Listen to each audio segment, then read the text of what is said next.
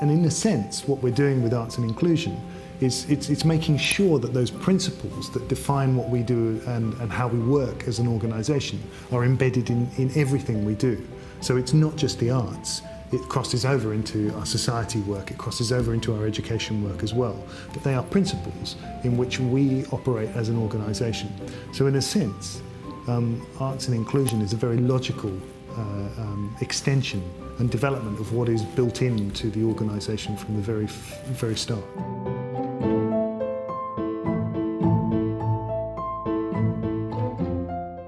So it's about inclusion in every sense. So whether it's to do with ageing, for example, disability, sometimes it might be in regards to engaging younger audiences too, in terms of our arts and arts forms as well.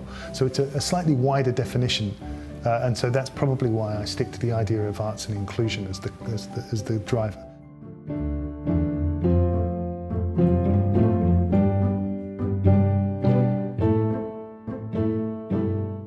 I think we are very lucky in the UK in the sense that we don't just have one kind of centralised arts council. We have 4 very dynamic ones. So we have Creative Scotland to the north, and we have the 3 other arts councils of England, Wales, and Northern Ireland, and all of those councils and bodies across the UK are engaged and finding ways of developing audience engagement, extending audience engagement, the outreach work, the work that looks at inclusion and greater inclusion in the arts. And they all have differing approaches, but they are all wholeheartedly invested in that. And that then goes down to the city level as well. So, for example, Manchester is very a great example of a city in the UK that takes ageing seriously and is a defining and exciting element of its cultural life. So there are these many different layers to look at. And I think what's interesting is that you start to see different cultural responses too. You've got ageing festivals, arts and ageing festivals, like the Bold Festival at the South Bank Centre, or Luminate in Scotland. So there are these pockets of really great experience and work and showcasing opportunities that are quite extraordinary to look at around the country. I think we've also been very lucky in the sense that in 2012, with the Olympics and the Paralympics in the UK, that triggered a real opportunity for example, in arts and disability, and so Unlimited, which has been such an extraordinary showcase for arts and disability in the UK, really came to its own in terms of major commissioned works that were seen right around the country, but offered a real visibility to that area of arts work in the UK, and I think has had a resounding influence and a resounding success. And I think in many ways our job, if you like, as the interlocutor between the UK and the countries, the 100 countries, 110 countries in which we work, is to look for those pockets of excellence that might be around access, they might be around inclusion, but always around participation. And it's to try and find those great exemplars that we can then take and match up with peers, like-minded peers overseas. So I think that's been one of the really thrilling things for us, is to look at the areas of excellence. And these things come in waves. So, for example, at the end of the 90s, and in that period where the creative economy was really defined and owned in the UK as a descriptor, cultural leadership was a very big theme that emerged from the sector at that time. And the UK spent a lot of effort and a lot of energy in terms of looking at cultural leadership to a really fantastic quality.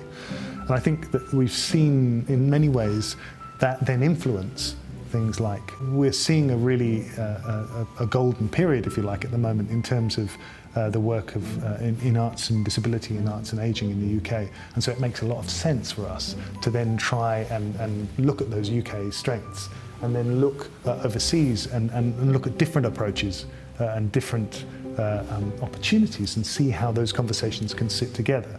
And that's one of the most exciting things of the job. Because ultimately you're looking for those pockets of excellence and experience that exist overseas and trying to understand what can the UK learn from this and what can Taiwan, in this case, learn from that too. The driving priorities at this time.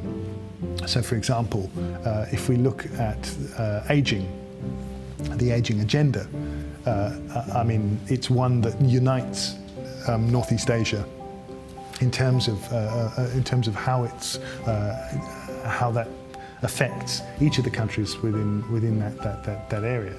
And you know, for example, I think in Taiwan it's 1 in 5 by 2025 in terms of that definition of aging. So it affects this region quite specifically. So it makes sense for us to try and look at that challenge, that unique challenge that's happening here, and work out ways of trying to engage with it directly. I think similarly the idea of arts and well-being is another kind of hot topic in Northeast Asia, and looking to find ways of connecting to that too. So we look to the regions and we look to try and understand what's happening in country and to see what those interests and those strengths are too, before we try and build those connections further.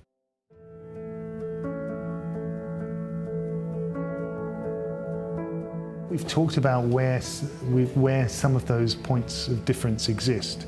So for example, in Korea, there's a very early retirement age, or in fact that definition of aging is frighteningly close in terms of how it's been approached. I think in the 50s, talking about retiring out of the workforce, and therefore, you know, with half of your life ahead of you, you know, how do you approach your social interaction?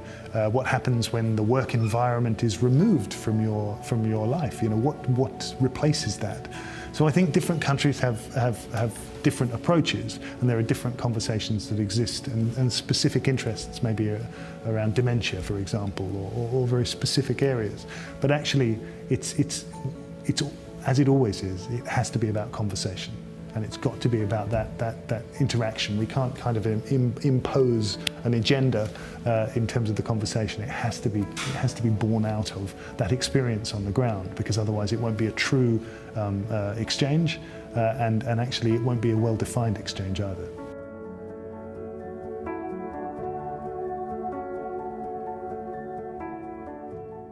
I think that we have experience in terms of a history of development and engagement in terms of arts and ageing, that there is an experience level now within the UK that I think makes for quite a compelling and interesting story, because I think that it's that whether it's to do with participation, whether it's to do with access, or growing awareness, I think that the arts has been a very strong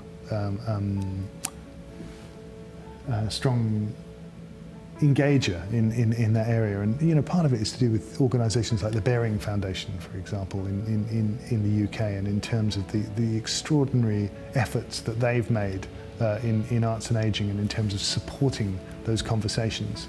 And I think that if you look at companies like Scottish Ballet, in terms of the work that they've been exploring around dementia and Parkinson's, some of these conversations now are quite prevalent and exist all around the world. And it's quite interesting and exciting to see how each of these companies is approaching and engaging it in different ways.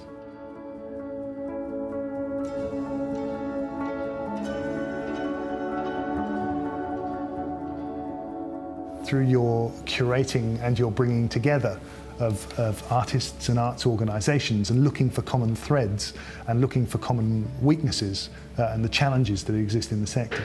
So I think that one obvious role is to look at how you can influence policy. I think the other one is clearly around the